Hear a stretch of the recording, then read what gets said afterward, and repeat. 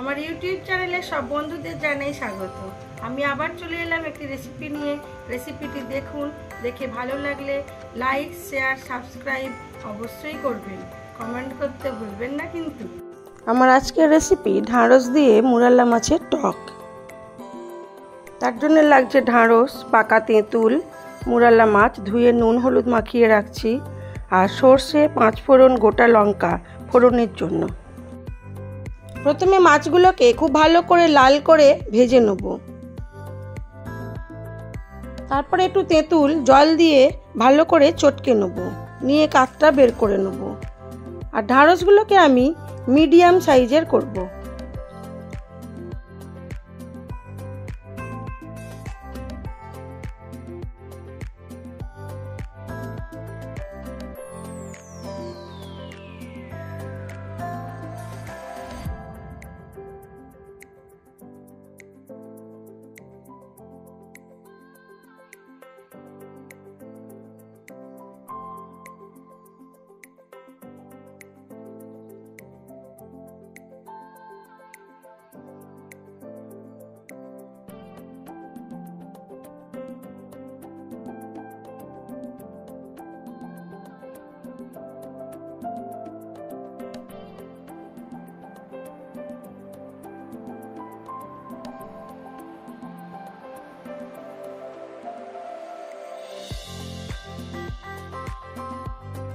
সব মাছগুলোকেই একইভাবে মিডিয়াম আঁচে খুব মচমচে করে ভেজে নেব।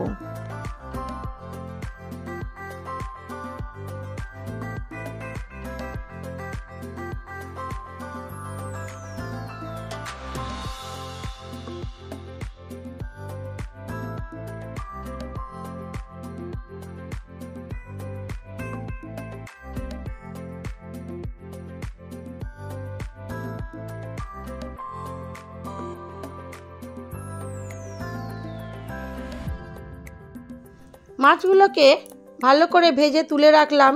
ওই তেলের মধ্যেই দিয়ে দেবো গোটা 5 ফোড়ন আর গোটা কালো সর্ষে আর একটা শুকনো লঙ্কা দিয়ে ফোড়নটা থেকে ভালো গন্ধ বেরোলে দিয়ে দেবো ঢ্যাঁড়সগুলো।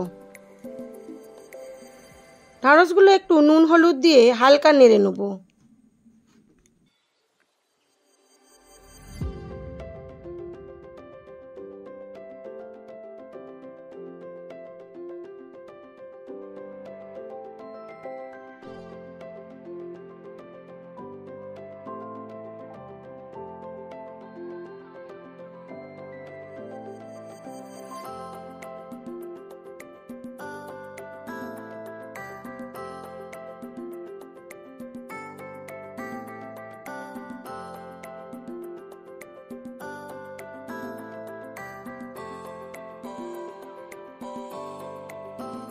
ঢ্যাঁড়সগুলো হালকা করে নেড়ে নিয়ে দিয়ে দেবো পরিমাণ মতো জল, দিয়ে ঢাকা চাপা দিয়ে ঢ্যাঁড়সগুলোকে প্রথমে সেদ্ধ করে নেব।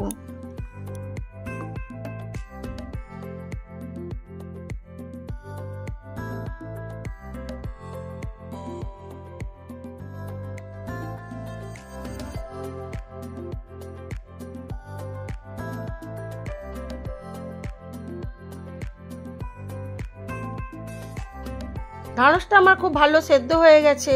এইবারে দিয়ে দেবো তেঁতুলের কাতটা, দিয়ে আবার বেশ কিছুক্ষণ ফুটতে দেবো।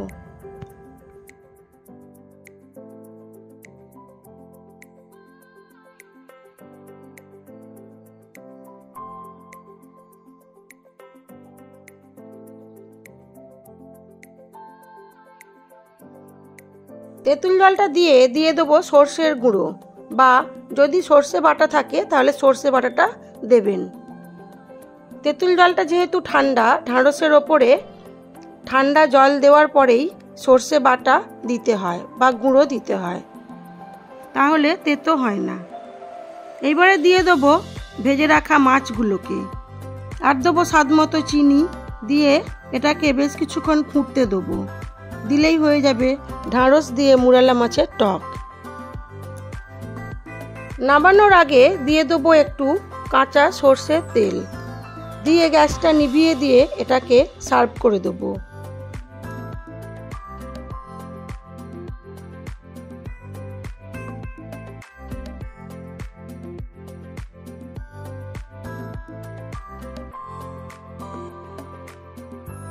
আমার এই ভিডিওগুলি যদি আপনাদের ভালো লেগে থাকে তাহলে লাইক, শেয়ার, কমেন্ট অবশ্যই করবেন।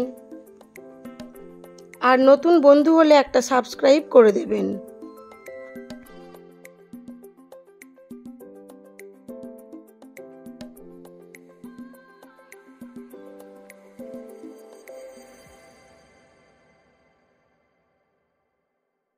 সবাই ভালো থাকবেন, সুস্থ থাকবেন, নিজেদের খেয়াল রাখবেন।